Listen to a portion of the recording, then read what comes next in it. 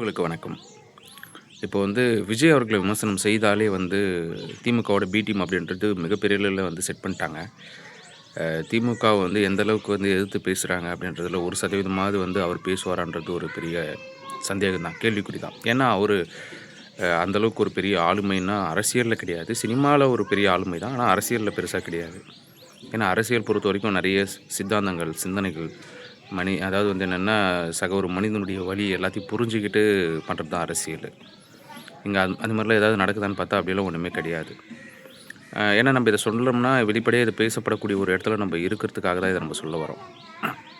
எதுக்காக விஜய் அவர்களுடைய அரசியலை எதிர்க்கிறாங்க அப்படின்றதுக்கு ஃபஸ்ட்டு நம்ம முழுசாக கேட்கணும். ஏன்னா இவங்க ஆட்சி அதிகாரத்துக்கு வரல. இன்னும் அரசியல் கட்சி ஆரம்பித்து இவங்க 5 வருஷம் 10 வருஷம் இந்த களத்தில் அவங்க இல்லை.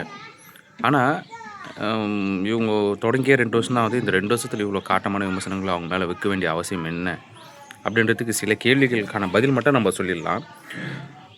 அதே மாதிரி அவர்களை மட்டும் எதிர்க்கிறது வேலை கிடையாது.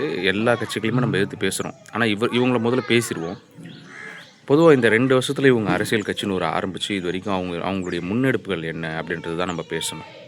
அவங்க இது வரைக்கும் இந்த சொசைட்டியில் நடந்த பிரச்சனைகளுக்கு அவங்க என்னென்ன குரல் கொடுத்துருக்காங்க, இது வரைக்கும் அவங்க நின்று இருக்கிற ஸ்டாண்ட் என்ன, இப்போது அவங்கள அவங்களுடைய கொள்கை என்னன்றது இது வரைக்கும் அவங்க சொல்லலை. சரி, ஓகே, அது அவங்களுடைய விஷயம். ஏன்னா அவங்க ஃபேஸ் ஐடியாலஜி மட்டும்தான் வச்சு களத்தில் இறங்குறாங்க. பொதுவாக இவங்களுடைய பிரச்சனைகள் என்ன, ஒரு ஆணவ படுகொலை நடக்குதுன்னா அதில் உங்களோட ஸ்டாண்ட் இல்லை. ஏதாவது ஒரு இஷ்யூ வந்துடுமோ, இதை நம்ம பேசினா ஏதாவது ஒரு பிரச்சனைகள் வருமோ அப்படின்றதுல மௌனம் காக்கிறது. இது வரைக்கும் நடந்த பிரச்சனைகளுக்கான குரல் பெரிய அளவில் ஒரு திருப்பரங்குன்றம் இஷ்யூவில் தமிழ்நாட்டிலே இது வரைக்கும் நடக்காத விஷயங்கள் அங்கே நடந்தது. அதில் உங்களோட ஸ்டாண்ட் என்ன தெரில. ஸோ எல்லாத்துலேயுமே அமைதி காத்துட்டு நம்ம என்னுடைய கொள்கை எதிரி திமுக கொள்கை எதிரி பாஜக, அரசியல் எதிரி திமுகன்னு சொல்கிறாரு இல்லையா? இப்போது அவங்க அரசியல் எதிரி திமுகவை மட்டும் அட்டாக் பண்ணிவிட்டு பாஜகவும் நாங்கள் அட்டாக் பண்ணணுன்னா அதுக்கு நாங்கள் பாராளுமன்ற தேர்தலில் பண்ணுறோன்ற மாதிரி தான் அவர் நேற்றைய தினத்தில் பேசினது இருக்குது.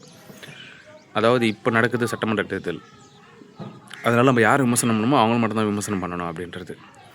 இங்கே சட்டமன்ற தேர்தலில் அவங்க போட்டி இல்லையான்னு இங்கே அவங்களுடைய கேம் சேஞ்சிங் இங்கே பெரிய அளவில் நடந்துகிட்ருக்கு. அப்போ நீங்கள் அவங்களையும் தான் சேர்த்து இங்கே எதிர்க்க வேண்டிய சூழல் இருக்கணும்.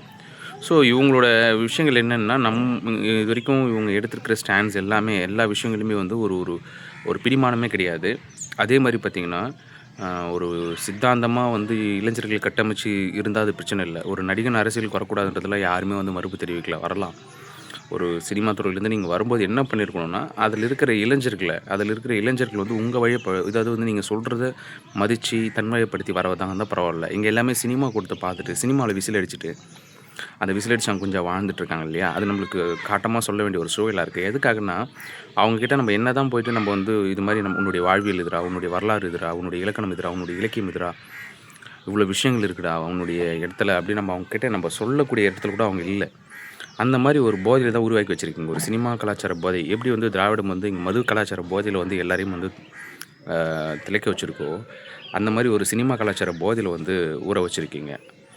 இப்போ அதை அரசியலாக மாற்ற முடியுமா உங்களால்? அதை கன்வெர்ட் பண்ண முடியுமான்னா, அதோட எக்ஸாம்பிள் தான் இப்போ அவங்க எங்கே போனாலும் ஒரு அறமாக, ஒரு நேர்மையாக, ஒரு ஒரு ஒரு தலைவன் வரான்ப்பா, தலைவன் வந்தால் அரசியலில் என்ன சொல்ல வரப்போகிறான், மக்களுக்கான ஒரு மாற்றத்தை என்ன பேச போகிறான் அப்படின்றத உட்காந்து இன்னும் இல்லை ஒரு ஆர்வமாக கேட்கக்கூடிய இடத்துலலாம் யாருமே இல்லை. பெரும்பான்மையானவங்களுடைய எல்லா இப்போ நடந்த நிகழ்வுகள் எல்லாம் போய் பாருங்கள்.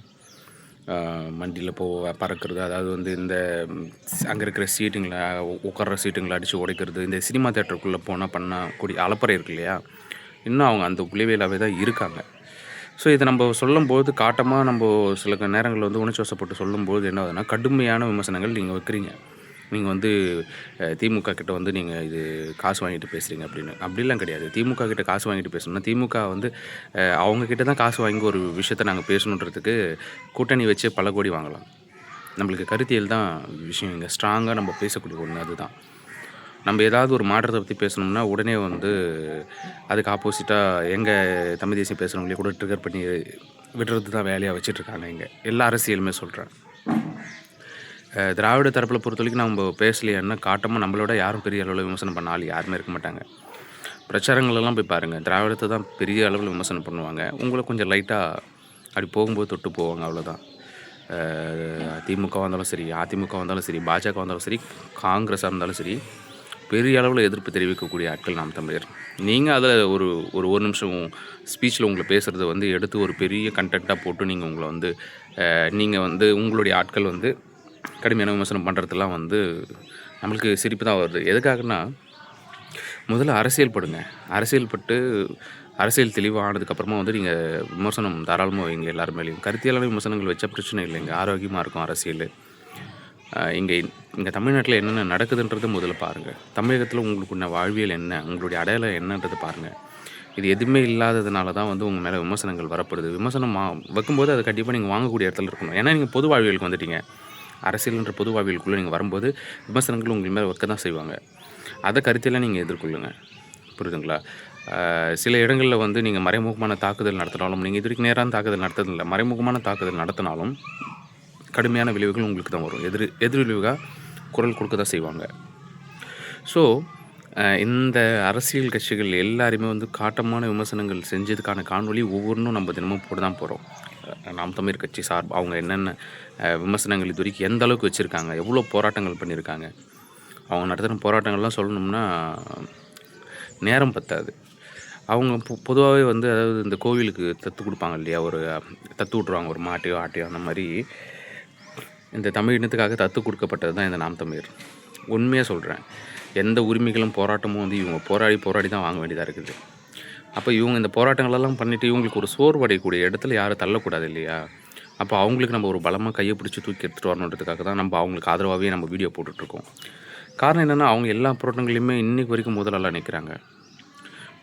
நம்ம சார்பாக வந்து நம்ம பார்க்க வந்து இறந்த மனிதர்களுக்கே வந்து நம்ம வந்து ஆதரவு கொடுக்க முடியாமல் ஓடிட்டோம் பயந்து. ஏன்னா இது புது அரசியல். நீங்கள் வந்து அதனால் உங்களுக்கு அந்த பயம் இருக்க தான் செய்யும், இல்லைன்னு சொல்லலை. அந்த மாதிரி இடங்கள்லாம் இவங்க ரொம்ப ஸ்ட்ராங்கான ஒரு பாலிடிக்ஸ் இவங்களோட ஐடியாலஜியில் இருக்குது. நம்ம அதனால் வந்து இவங்களோட நம்ம கம்பேர் பண்ணி பேசக்கூடிய ஒரு இடமே இல்லை. ஸோ நீங்கள் உங்கள் அரசியலை கையில் எடுத்து நீங்கள் தெளிவாகிட்டு நீங்கள் விமர்சனம் பண்ணுங்கள், தப்பு கிடையாது.